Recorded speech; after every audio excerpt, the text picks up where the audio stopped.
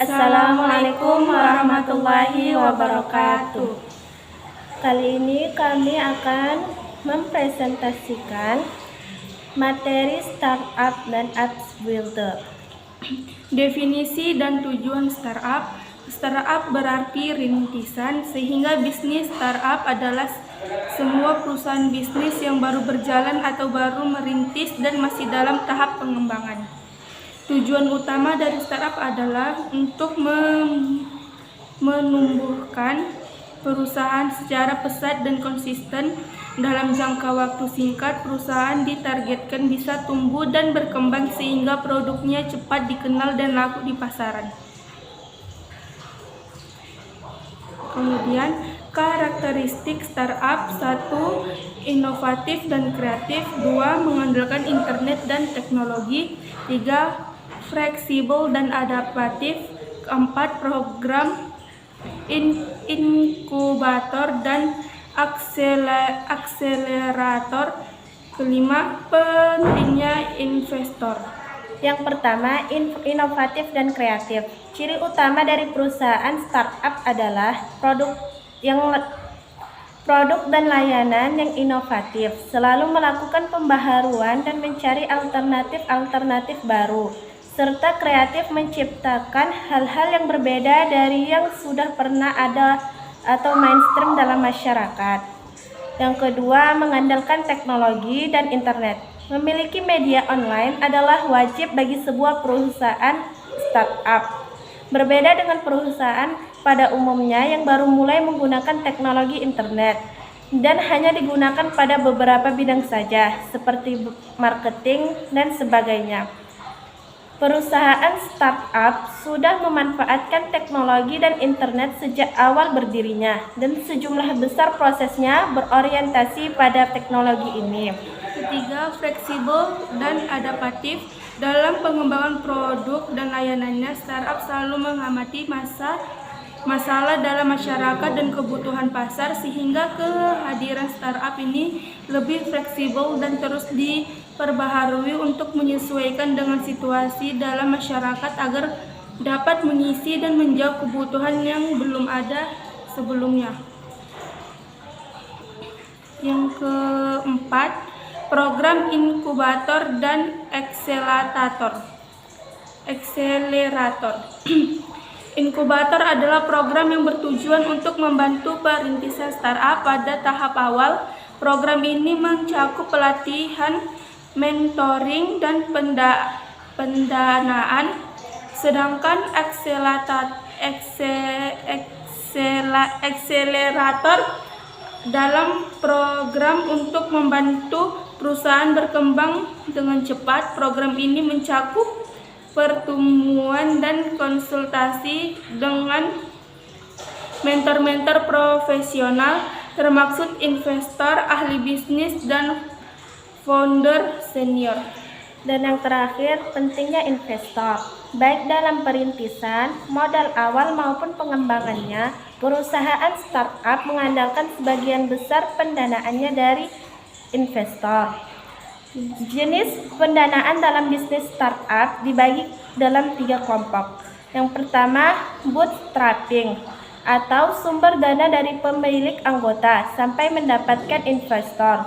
Yang kedua, seed funding, yaitu pendanaan awal dari calon investor yang digunakan untuk membuktikan bahwa ide bisnis perusahaan dapat berjalan sebelum mendapat pendanaan lebih lanjut. Dan yang terakhir, funding, yaitu sumber dana sepenuhnya dari investor atau venture capital dengan menawarkan timbal balik berupa saham.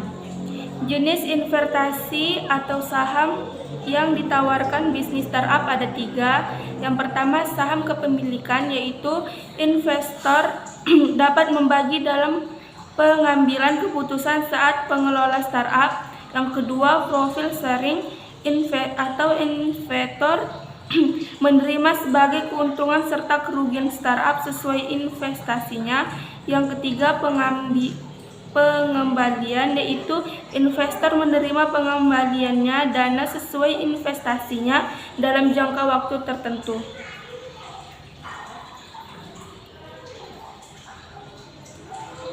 Contoh startup di Indonesia.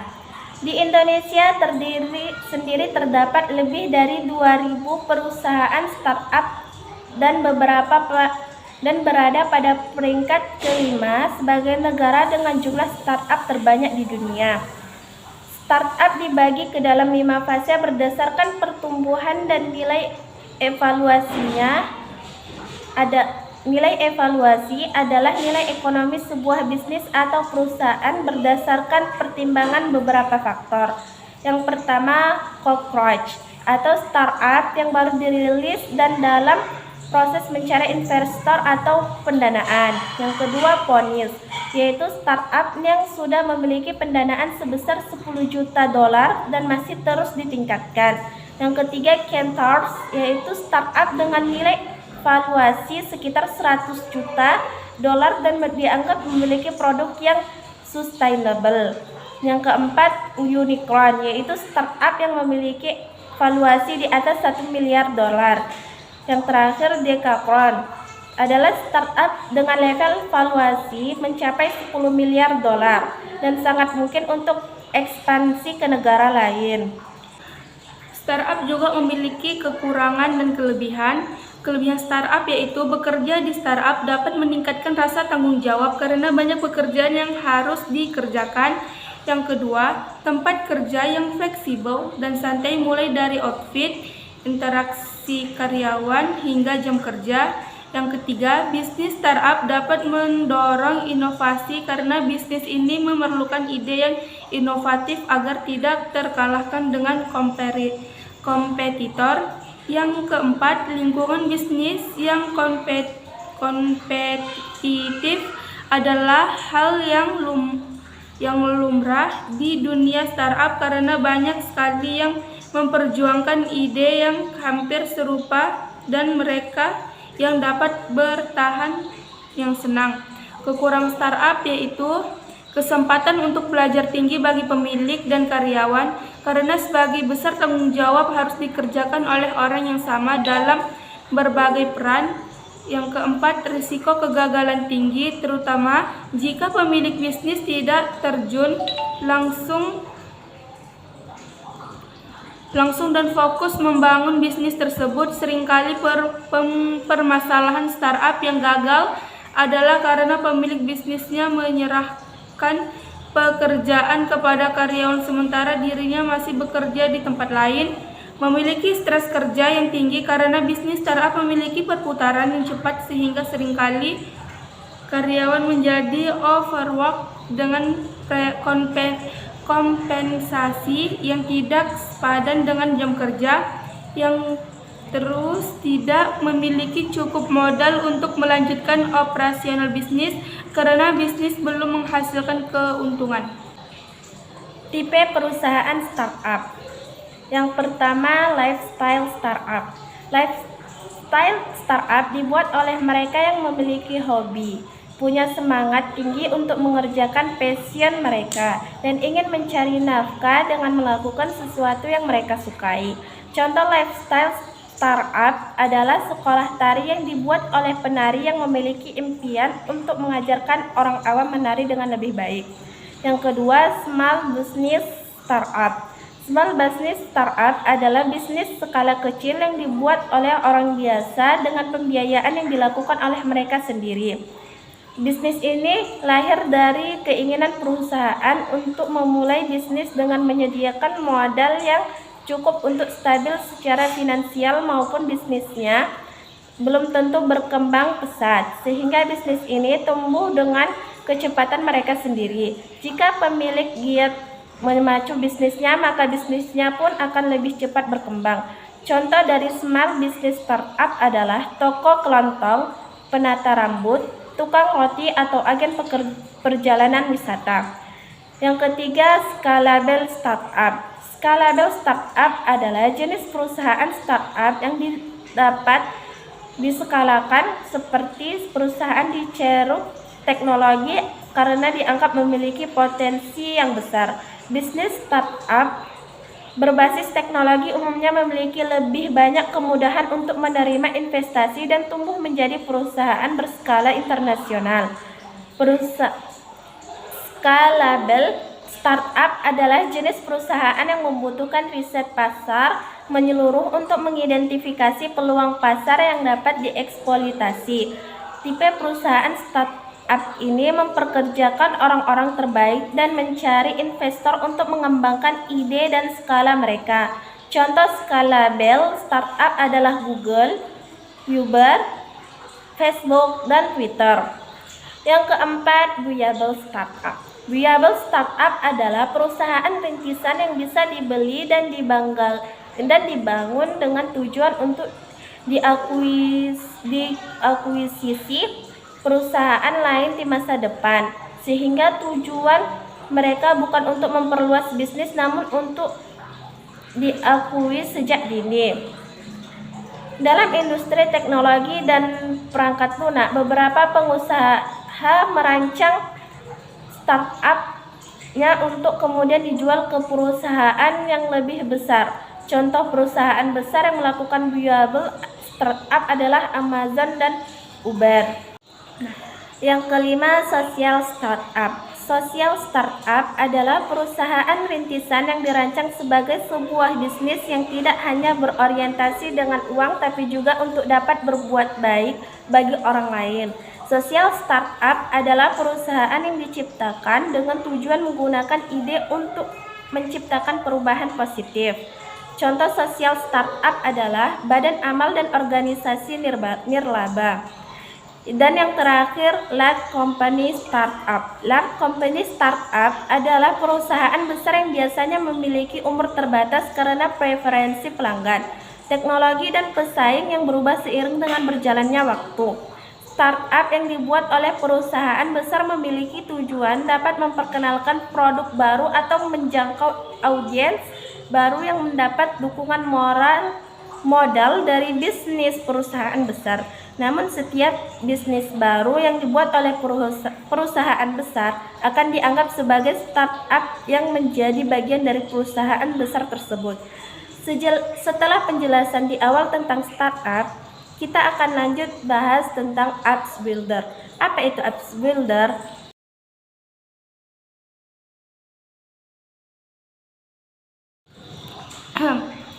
Definisi apps builder. Perangkat lunak apps builder adalah alat seret dan lepas WYSIWYG berbasis Qt yang menghilangkan kerumitan desain dan pengembangan antarmuka pengguna sehingga Anda dapat membuka aplikasi bisnis lebih cepat daripada sebelumnya.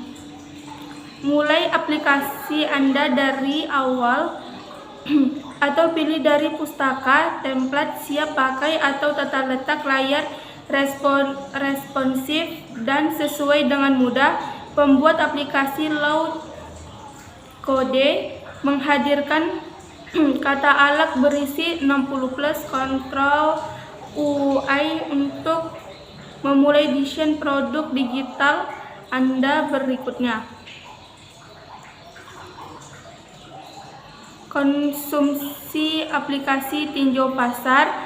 Adaptor teknologi diukur dengan penetrasi populasi di AS, radio, visi, TV, visi, internet, visi, internet seluler 1920 sampai 2011 SE.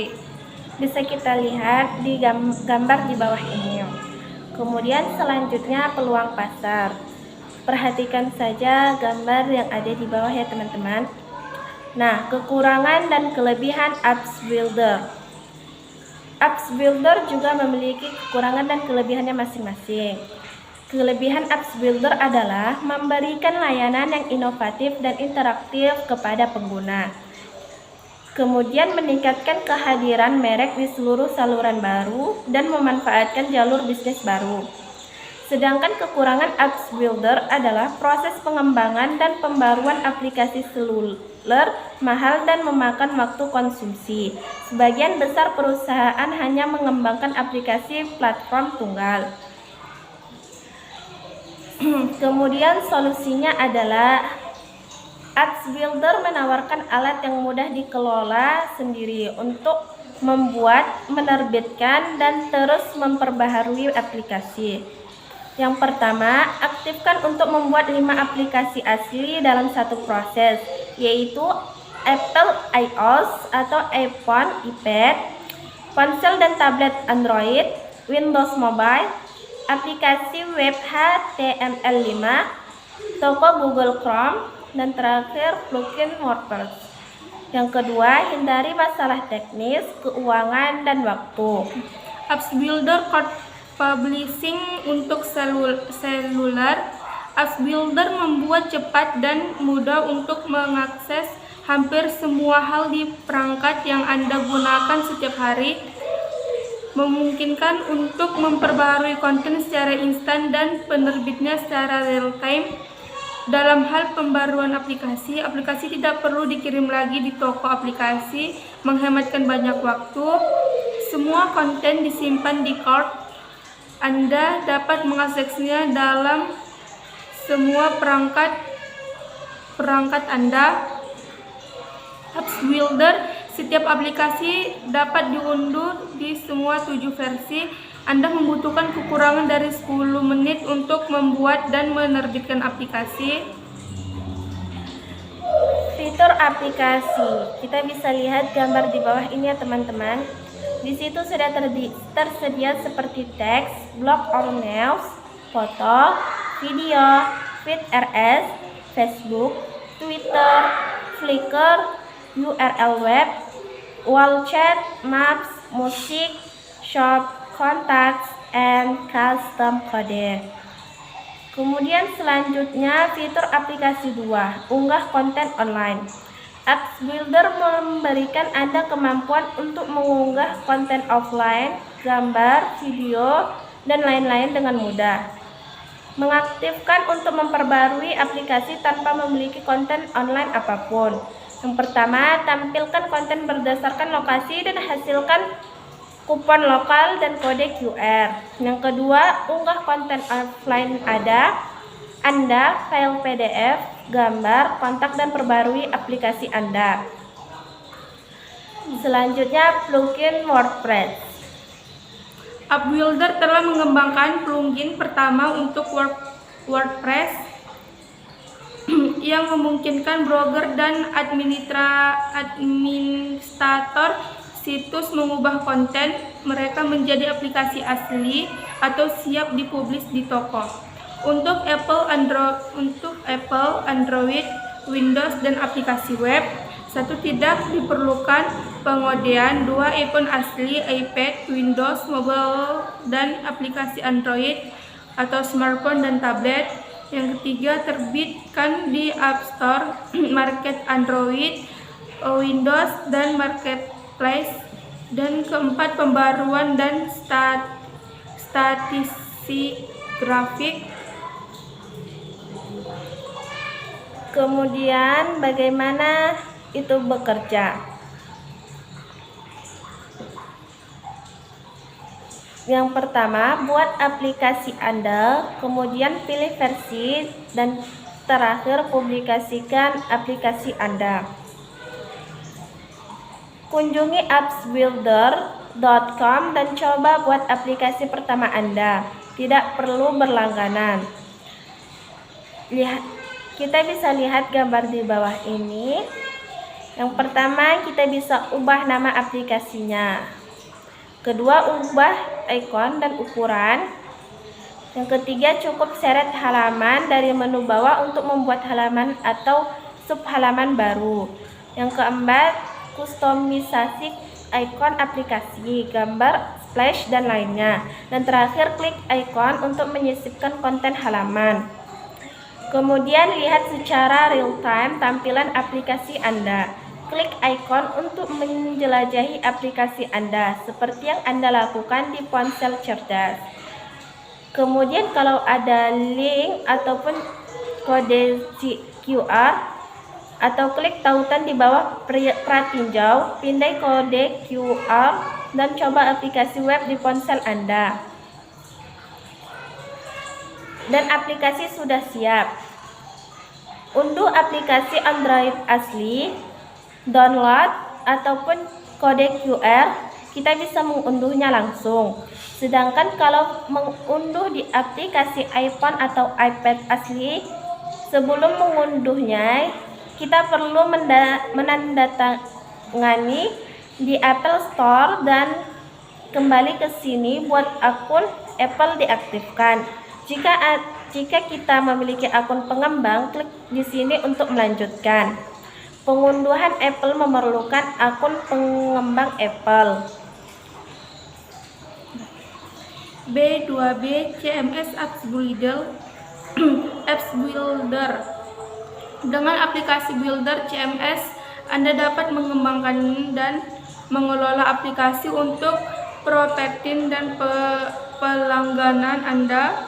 Itu termaksud R&D Apps Builder, manajemen akun multi pengguna, memperbarui aplikasi instan di toko, tidak ada merek Apps Builder, panel kontrol aplikasi, analisis terperinci termaksud ADV status, kemudian 100% merek aplikasi yang dapat disesuaikan, unduh aplikasi asli langsung dari CMS, ADV, Campaign, dan Apps Builder, ADF, alat pengoptimal, tata letak CMS khusus, kode sumber CMS tersedia, kemudian selesai. Setelah pembahasan kita tentang startup dan apps builder, ada beberapa perbedaan di antara keduanya, yaitu startup adalah perusahaan rintisan yang mengoperasikan bisnis dengan inovasi teknologi, sedangkan apps builder adalah perangkat lunak ataupun software yang digunakan untuk membuat startup. Sampai sinilah presentasi kami tentang startup dan apps builder. Jangan lupa like, comment, dan subscribe. Lebih kurangnya kami mohon maaf. Wassalamualaikum warahmatullahi wabarakatuh.